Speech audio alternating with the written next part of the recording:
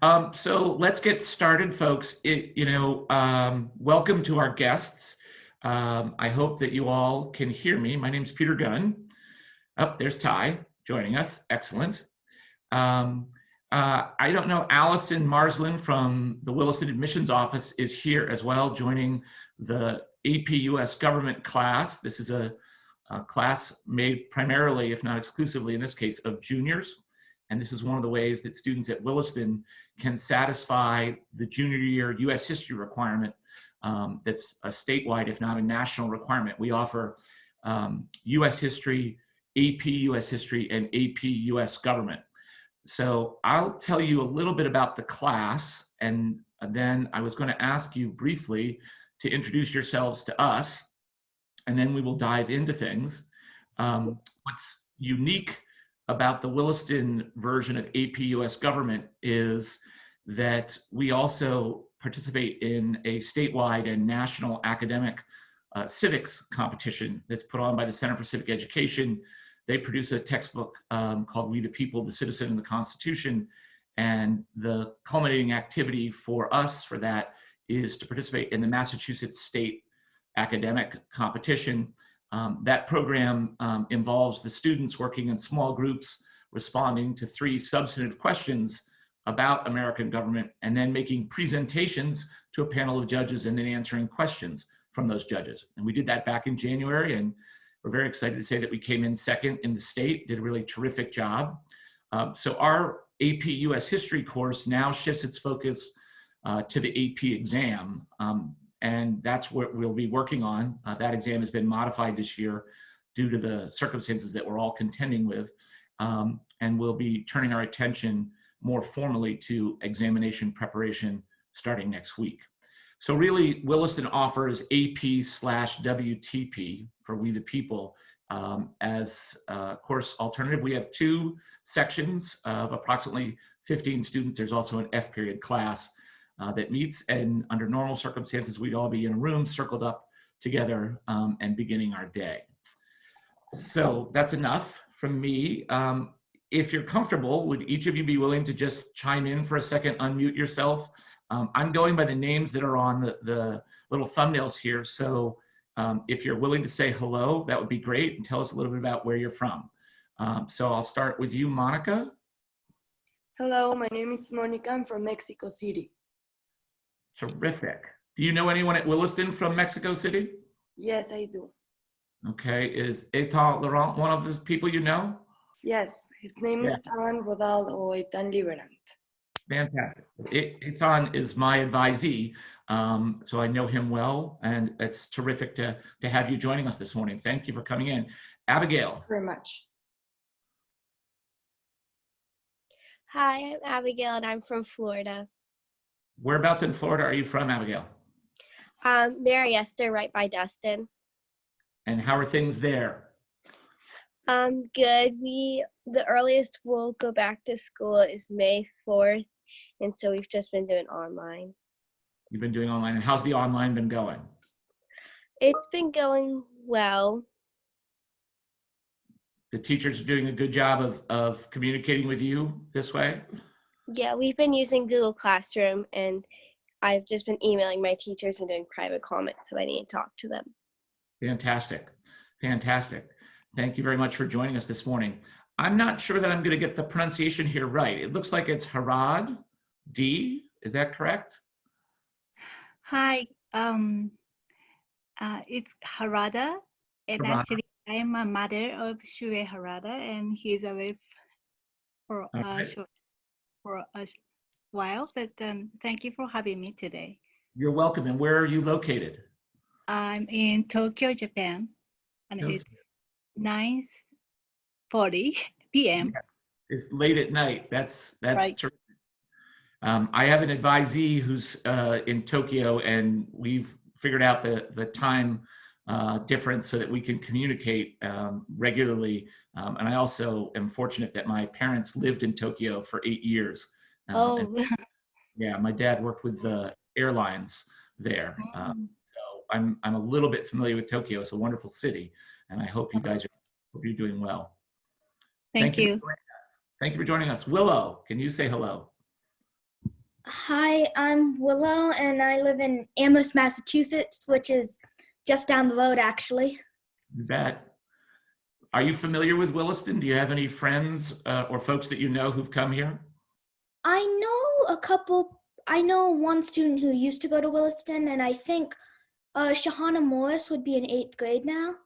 Cool, cool. That's great. And what grade are you looking at Williston to enter? 9th grade. 9th grade. Fantastic. Well, thank you for joining us this morning, Willow. Angela, good morning.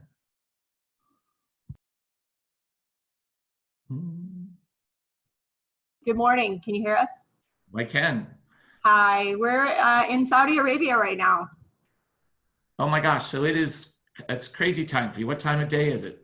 3:30 in the afternoon, and Oh.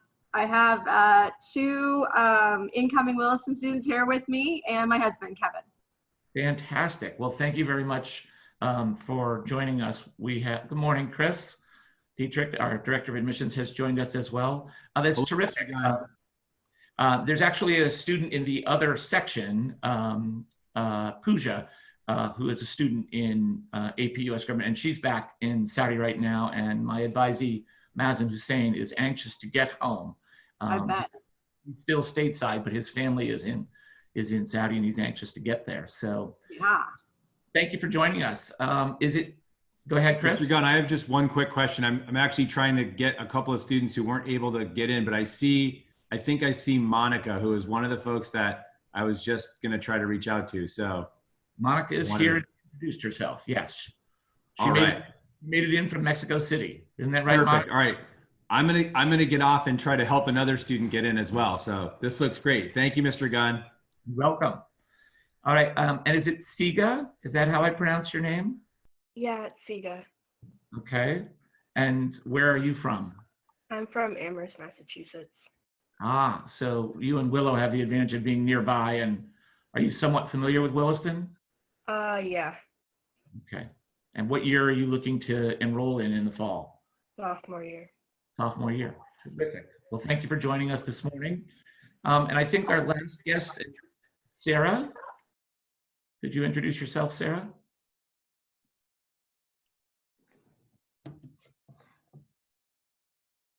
Maybe Sarah can't. Oh, no, go ahead. Yeah, hello, I'm Sarah. Good morning. Good morning. Where are you, Sarah? I'm in Tokyo, Japan. You're in Tokyo as well. Okay. Yeah.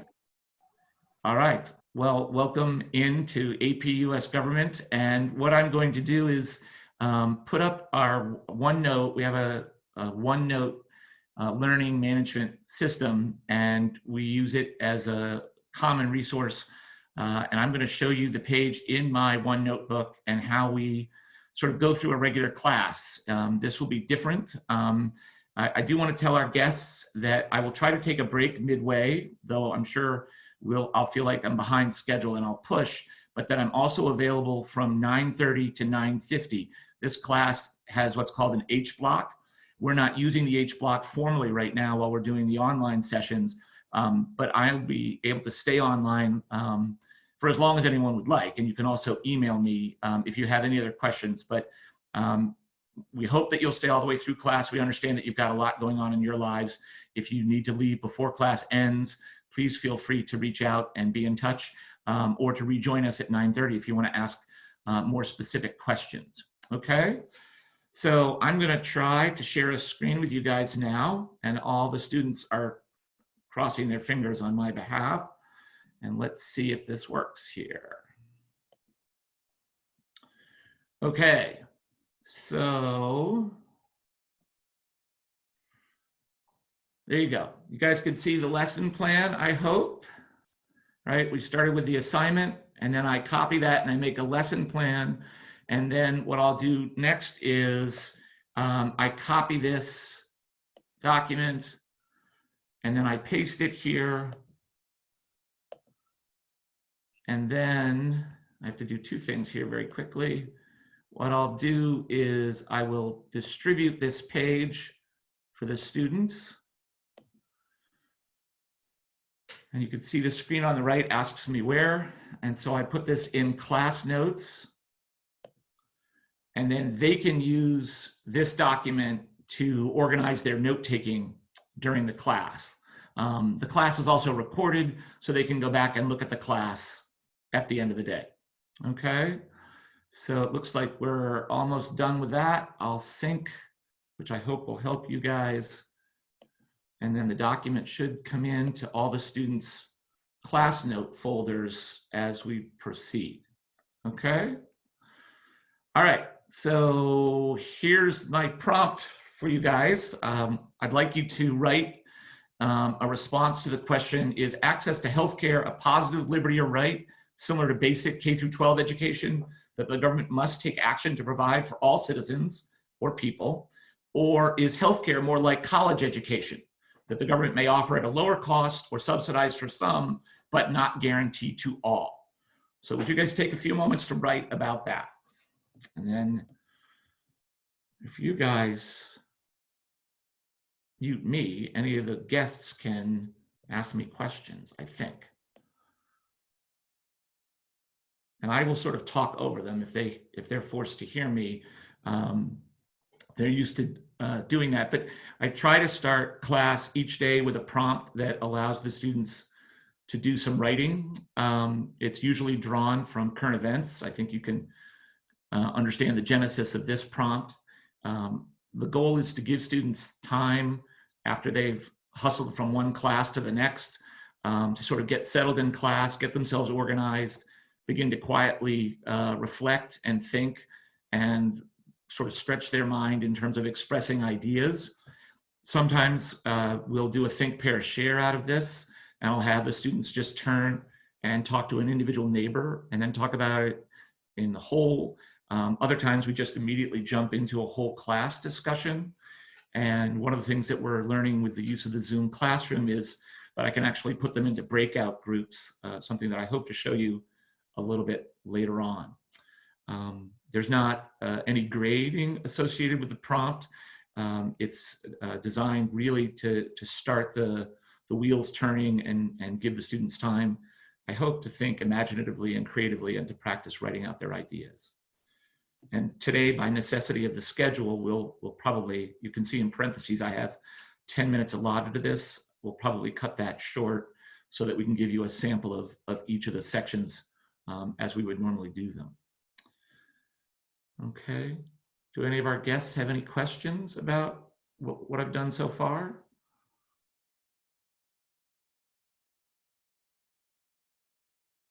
Okay. So let's bring everybody back into a discussion in the whole here. Let me, hang on. I'm gonna stop sharing the prompt because I think you guys know what that is, and go back here. Nathan, you wanna get us rolling? What were your thoughts about that comparison? Is healthcare like basic education, like college education, like something else? So I said that because the government ensures the natural right to life, similar to how the government ensures the right to equal opportunity, they must provide healthcare for all Americans. Because we pay taxes to the government to give them the ability to protect our natural rights by doing various things and ensuring various rights that we have, and giving us healthcare is like a positive action. It's a thing that the government must kind of go out of their way to do to ensure those rights for.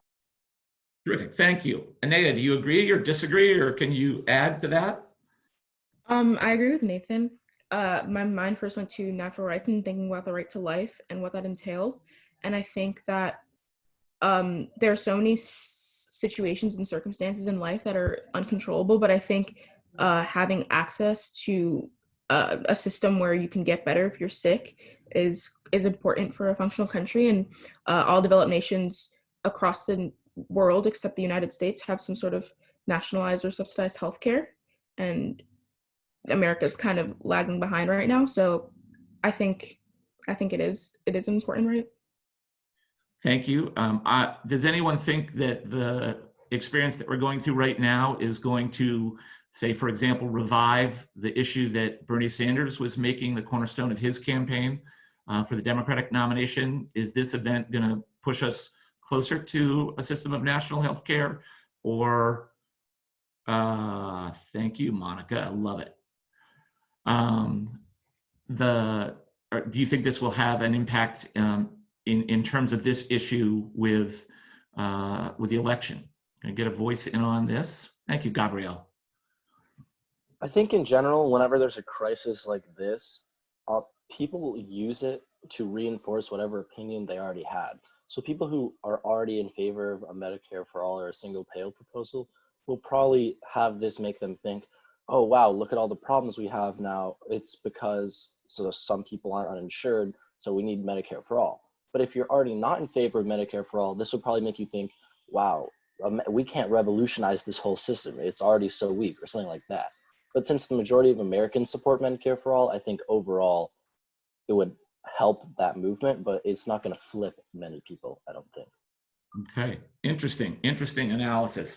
All right, I'm going to move us back into a shared screen for our next activity.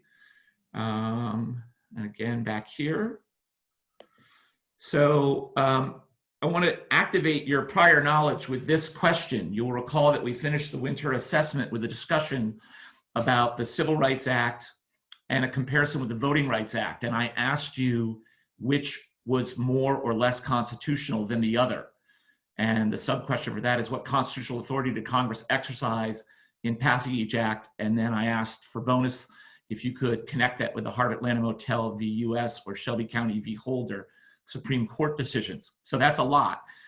Let's start with, if we can, just the Civil Rights Act. Can someone remind us? Let me cold call Cece. What did the Civil Rights Act of 1964 say or do? What do you recall? So the Civil Rights Act of 1964, I believe it was used to kind of desegregate public places such as restaurants, parks. I think hotels were included. I mean, yeah, that's that. No, I think you're spot on. That law prohibited discrimination in the workplace, public accommodations, public facilities, any agency receiving federal funds, and it strengthened the prohibitions on school segregation and discrimination in voter registration. What about, let me see if I can scroll here for a second and get a different batch. Anna, what about the Voting Rights Act? What did the Voting Rights Act say? Do you recall? The Voting Rights Act just prevented voter discrimination, and it also said that if you were a state that had partaken in things such as using like literacy tests and poll tax, that then you had to contact the national government before you changed your voting policies. So like, for example, if you wanted to change what school the election was going to be held at, you'd have to go through the national government to do that. And that's what was changed in Shelby County. Great, yeah, you actually made the connection there. The Voting Rights Act did exactly that. It empowered the federal government to register voters, to supervise elections, and it required a certain subset of the states in the US to get pre-clearance through the Justice Department before they made any changes. A parallel event that was going on at the same time was the concern about poll taxes that had been used, and the 24th Amendment, which was ratified in 1964, abolished the use of poll taxes in federal elections. And then in a subsequent Supreme Court case, Harper v. Virginia State Board of Elections, the Supreme Court said that even state elections, you could not have poll taxes for. So a lot of initiatives going on here around reducing discrimination and empowering people to vote. What constitutional authority did Congress exercise? Abby, can you help us with that? Where did Congress get the authority to pass, and I'll leave it open, either of those acts? So it got the authority to pass the Civil Rights Act through the Necessary and Proper Clause, along with the Interstate Commerce Clause. And then for the Voting Rights Act, it used the Enforcement Clause of the 15th Amendment. Great. So with that background, Emily, which do you think is more constitutional, the Civil Rights Act of 1964 or the Voting Rights Act of 1965? I would argue that the Civil Rights Act was more constitutional. Okay. Well, yeah, mostly because the Civil Rights Act was based more upon natural rights and like the natural rights of each citizen to have the rights within the nation to be treated equally among each other, which was one of the core ideas that was built into the nation. While the Voting Rights Act was just sort of to push that and sort of emphasize that idea more, I guess. Okay. Is there someone who can take the opposing view, whether you sincerely believe it, or can you just make the counter argument that it was the Voting Rights Act that was more constitutional? Oh, Ty, how could I have guessed? Well, I said that the Voting Rights Act was more constitutional in the way that it got passed. Like I was talking about they used the right to petition, right? And like the freedom of assembly and stuff like that. So they used a lot of their constitutional given rights to further, I don't know, to further push their point. But wouldn't that have been equally true were both the Civil Rights Act of 1964 and the Voting Rights Act of 1965 influenced by popular pressure on Congress through freedom of assembly and freedom of speech and the right to petition? Don't they both have that element? I think that the Voting Rights Act of 1965 used, especially the right to petition, a whole lot more strategically, I guess, because since the I was thinking about like since the women like couldn't vote or right and like they further push their point since they couldn't have a say in it, right? The pool of people who were going to vote on it was already biased. Okay. So they used the right to petition in order to kind of reclaim some of the power that they will have when they can vote. When they can vote. Okay, that makes sense. I think you've got two different ideas overlapping in your mind, and it may have been triggered by the similarities with the 19th Amendment. But I understand what your thinking is. Just review that to see about the application. I want to invite one last comment on whether relying on the 15th Amendment Enforcement Clause or the Commerce Clause to pass legislation of these kinds is more acceptable in this day and age. Is there anyone who can volunteer? Remember that I can only see 5 of you at a time when I share a page. So if there's someone out there raising their hand, you can just unmute yourself and dive in.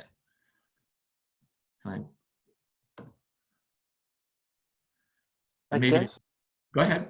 I guess I think that the more constitutional one would be the 15th Amendment, because I think the 15th Amendment is very clear. It's like Congress has the power to implement this. It's one sentence and it's very obvious what it means.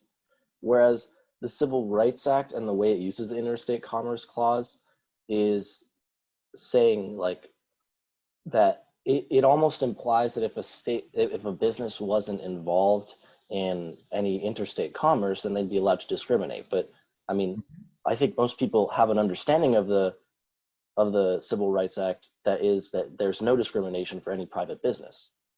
Correct.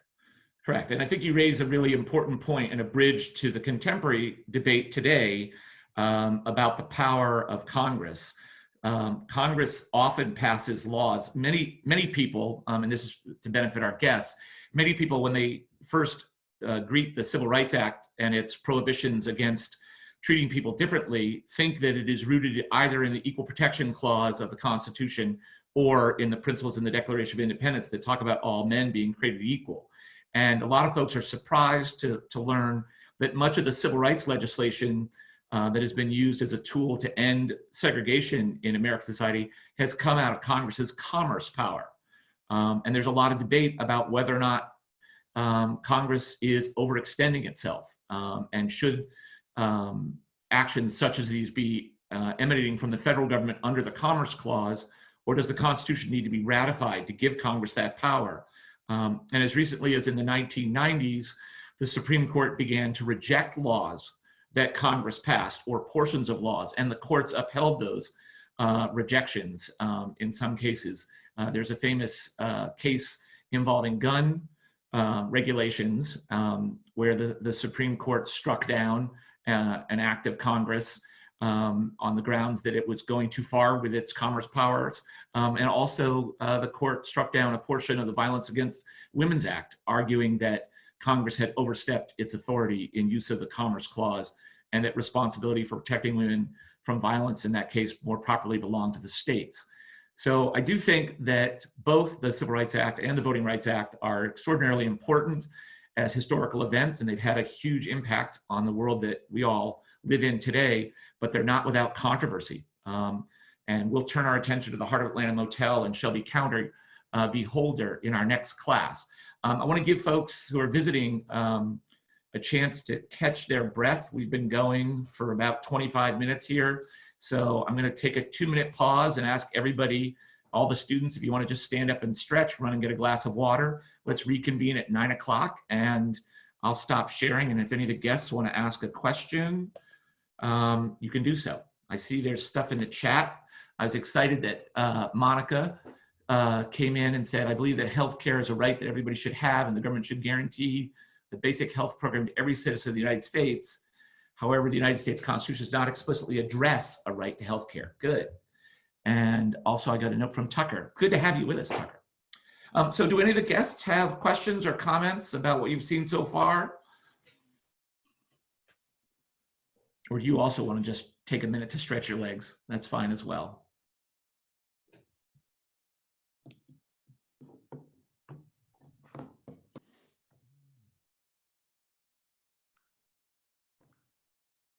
I only have one class today, Mr. Gunn, but it had to be at 8:30.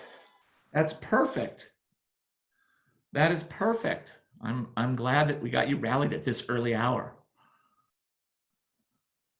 I know I had a long stretch. I had 3 classes. I had an evening class and then 2 classes on Wednesday morning and then advisory. And then I didn't have class until Thursday afternoon. There are these big gaps and then these concentrations. So it's a chance to get other things done. Okay, then I'm going to pull us back together and I'm going to share the screen again. We'll go back up to our class notes.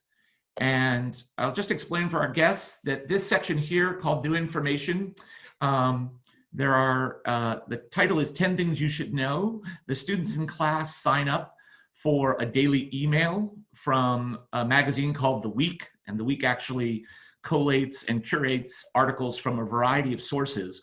And every day around 8 to 8:30 in the morning, the students get a list of 10 items with a brief description of things that they should know about events that are going on in the United States and in the world. And one of the things that we do on a regular basis is the students whose names come up pick one of those stories and do a little bit more analysis and then share those thoughts with us. Part of the assignment is also to evaluate the source of information. So if something comes from the New York Times or the National Review or the Wall Street Journal or the Economist, one of the things that we're learning is how do you evaluate those sources for possible bias and how that might influence their coverage. We have 2 people scheduled to go today, but I think we'll do one and then move one of you to class next week. So AV or Nikhil, who wants to speak first?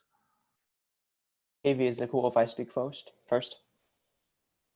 Okay, so AV has said you're good to go. Nikhil, what have you got for us? All right, so I did mine. So mine was from Wednesday. Okay. And it was the I forget which number it was, but it was about Florida elections and a movement trying to restrict felon voting.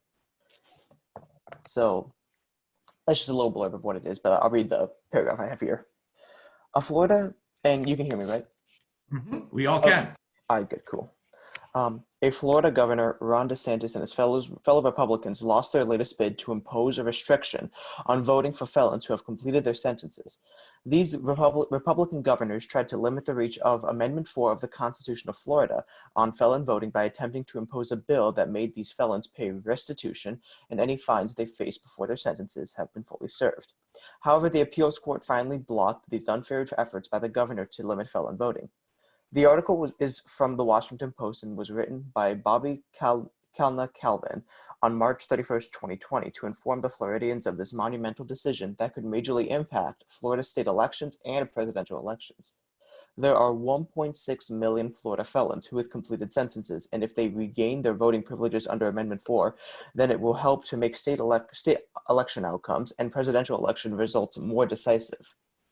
The Washington Post is considered to be between a skew left perspective and a neutral or balanced bias perspective, and is also reviewed as having complex analysis or a mix of fact reporting and analysis, making them quite credible according to the media bias chart. This story is related to republicanism, one of our 5 core concepts from this year, because it displays how the Florida Republicans are trying to block felons' representation in government, a violation of republicanism, and it ultimately shows how these felons cannot be forced to pay restitution and fines if they do not have the money to actually pay for it, as expressed by Sean Morales Doyle, a senior counsel for the Brennan Center for Justice. Therefore, their representation in government is reinstated and thus republicanism is upheld. All right, thank you. That's terrific. And that's actually really a good one, Nikhil, that fits in with what we were just talking about earlier in terms of the Voting Rights Act, because many people thought that this restitution requirement was similar to what former restriction on voting. Some people, does anyone in class see a parallel with the Voting Rights Act and the 24th Amendment and the efforts at the time? What was used as a tool to keep many people from voting that was challenged and struck down through the 24th Amendment and the Voting Rights Act, and some people thought with this restitution requirement was a backdoor way. What would these ex-felons have to do? Go ahead. A poll tax. Yeah, it's like a poll tax. People thought that this was a backdoor poll tax because essentially, if you couldn't afford to pay back your fines, you did not get to enjoy the right to vote that had just been granted. I believe it was in the election of 2016 that, or it might have been 2018, I apologize, where Florida voters passed the amendment to the Constitution allowing ex-felons to vote. I don't think it includes felons who are currently in prison. I believe it's only felons who have completed sentences, not actually people are still in jail. Great. Super. But yeah. Okay. And there's also, beyond the constitutional piece, that 1.6 million possible voters getting added. I know Florida's a big state, but I've got to imagine that could be influential. So there's probably a political angle to this as well. Definitely. Okay, well, thank you very much for that, Nikhil. And AV, we'll look forward to you going on Monday. Yes, does that work for you? Okay, thanks very much. Okay, so then let's move ahead to the last 2 parts of the class. We have been looking at Martin Luther King's letter from Birmingham jail, and we've been going through this document section by section. I'm going to try to show our guests how we've had this set up. In our documents file, we've had both, right here in OneNote, the students have a sectioned copy, and you can see each section A and B and so on with a starred section in each. And then they also have a series of questions that they've been answering. And the first one here is the one that I did as an exemplar for section A. And you'll see that there's 2 different colors of ink being used there. One of the things that we emphasize in the English department and in the history department is the importance of effective writing requiring great paragraphs. And so we've come up with an acronym called TEAM. And so every great paragraph has a clear topic sentence, provides good evidence, offers analysis to explain that evidence, and is mechanically flawless. So this was my effort to try to highlight those elements. We've actually made some progress through this document already. We've talked about A and B, and we finished the last class with C. So I was hoping that today we could, hang on, let me go back over here and get back to our notes. I was hoping today that folks could just briefly, for our guests, explain the distinction that King drew between a just and an unjust law. So going back to your notes from the class 4, AV, thank you. You want me to start? Yeah, well, how did King make that distinction between a just and an unjust law? Well, he did it two different ways. The way I explained it in my assessment paragraph, in the letter, he says that a just law is a law that promotes and uplifts human personality, and an unjust law is one that degrades human personality. And so if we look at that section in section C, I think I can scroll to, sorry, wrong way. Let me get us up to the passage. So you were talking about this passage here, correct? Right, the one that's starred. Yeah, that one. Right, and why do you think he used this phrase here, squares with the moral law or the law of God? Why is that phrasing particularly noteworthy, given his intended audience? Why might he have wanted to talk about the law of God? Well, I think he was writing to, I believe, priests who were in Birmingham, or people who worked in the sacristy of a Catholic church. So he wanted to relate and connect to them by talking about the moral law and the law of God, which is something he also genuinely believed in too. Right, he goes on to talk about that at length. And I think that that is important. One of the ways that we analyze all sources is to think about the author, the author's purpose, and the audience. And I think in this case, his use of that language shows that he was trying to appeal to that audience by using a source of authority that they would want to honor. I think any minister, any priest, any person who thinks of themselves as religiously devout would want their behavior to square with the law of God. And King is sort of saying, look, we're acting out against laws that violate the law of God. So we're actually doing a positive thing rather than an unjust thing.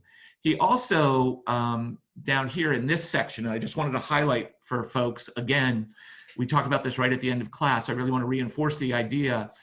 When he talks about a code that a numerical or power majority group compels a minority to obey but does not make binding on itself, I thought that came close to talking about a majority faction. And one of the things that Madison warned people against in Federalist 10. And you know that I'm a huge fan of Madison, and so check my bias as I share this with you. But you'll recall that Madison, during the debate over the ratification of the Constitution, the anti-federalists who were opposed kept pointing out that they thought it would be the federal government that would violate their rights, that if the federal government would impose laws that were unfair on them. And that's why they asked for a Bill of Rights. And Madison was one of the few people who said, with all due respect, and he didn't want to agitate them too much because he was trying to court their votes, but he was the one who pointed out that it's actually the states that are going to be a threat to people's rights. It's not going to be the national government as much as it's going to be the states. And I wonder if in this moment, King is hearkening back in his distinction between a just and unjust law to examples that prove Madison's point, that it was the states that were violating where factions were occurring. And it would be much harder to pass national laws of the kind that many people were suffering through in some of these locations. Okay, so that's a good review. Now what I want to do, I'm going to have us work with some new material, and I'm trying to get you guys switched over here. So I'm going to go back to our lesson plan, and I'm going to divide you into groups to talk about King's concern about moderates versus segregationists, and then King's view of criticism that the civil rights movement was extremist. So remind me, who did the section about, who are the folks who did the answers to question D? I did, Mr. Gunn. Okay, so that's Nathan and who else? I did too, Mr. Gunn. Nathan and Nikhil, yes? Yep. Okay, so I'm going to randomly put you in groups, but I may need to switch one of you across, okay? So let me create breakout sessions, and I'm just going to divide you guys into two groups randomly and hope. Let's see. Nikhil, you're in one, and it looks like, oh, wait, and it looks like Nathan, you're in the other. So I'm going to open the rooms, and you guys are going to have these conversations, and I'll pop back and forth between the two of them. Okay?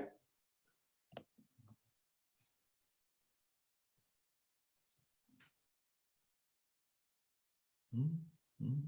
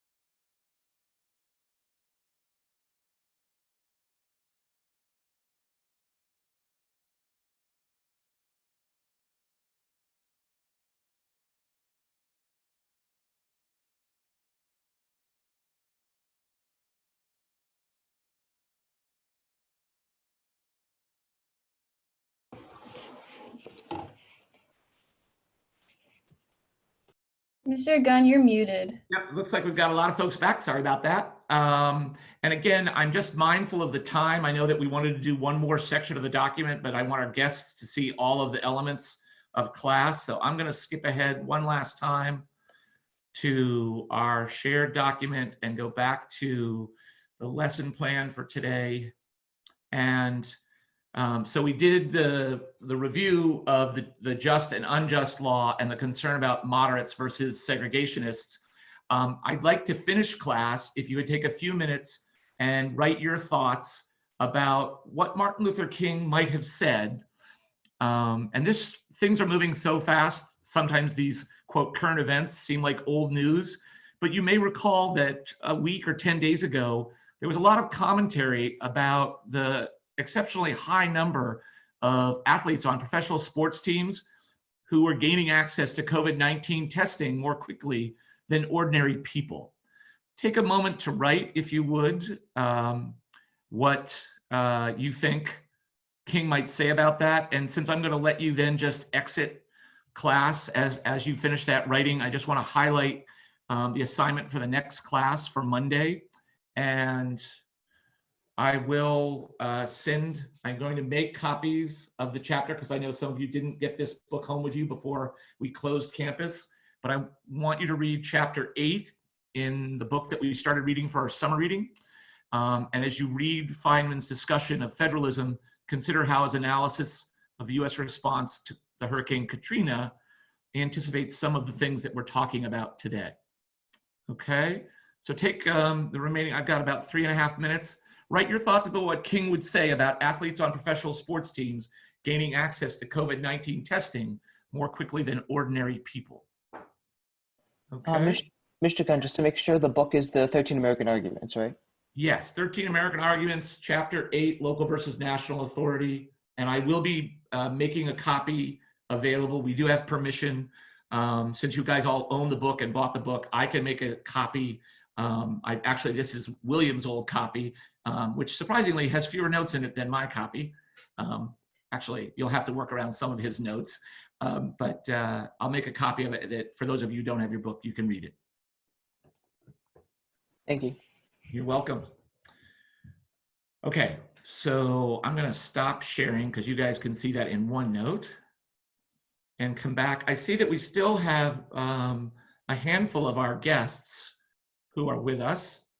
What you've just seen goes by the acronym PANTS, on the idea that I'm trying to teach my pants off every day. There's a prompt, we activate prior knowledge, we try to introduce new information, we try to practice the transfer and application, and then we try to do a synthesis activity at the end. I will be candid with you that many a day, the synthesis activity gets sacrificed, and I'm working hard as a teacher to grow and make sure that that component is respected and honored, because it's really in the synthetic moments at the end of the class that the students build the knowledge that will help them engage with the next reading and the assignment that's to come in the next class.